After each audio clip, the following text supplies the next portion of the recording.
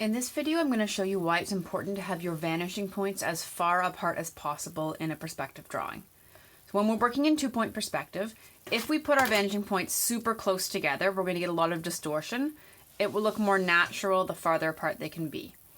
Sometimes, if you don't have a long sketchbook like this, what you're going to want to do is tape an extra sheet of paper on the side just to put your vanishing point outside of the picture plane.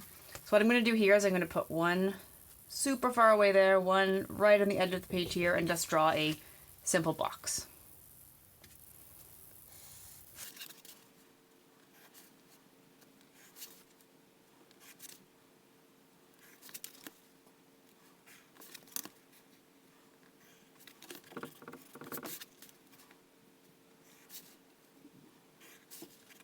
So there we go. I have drawn a box with the vanishing points quite far apart. And you will notice the part of the box that is closest to one of the vanishing points, we have a steeper angle. This side, which is farther away from the vanishing point, is a little bit less steep.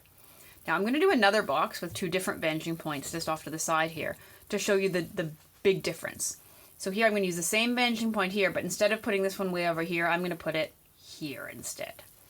And I'm going to draw the exact same thing, but with my vanishing points very close together. And you'll see what happens.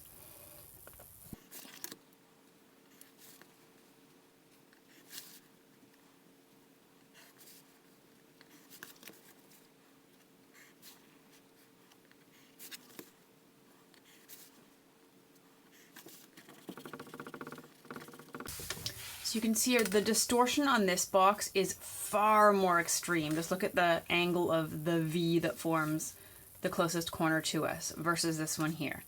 And as we navigate our daily lives, normally the things we see are going to look more like this than like this. So if your whole perspective drawing is crunched in between two very close together perspective vanishing points, then it's just not going to look real, even though it is correct.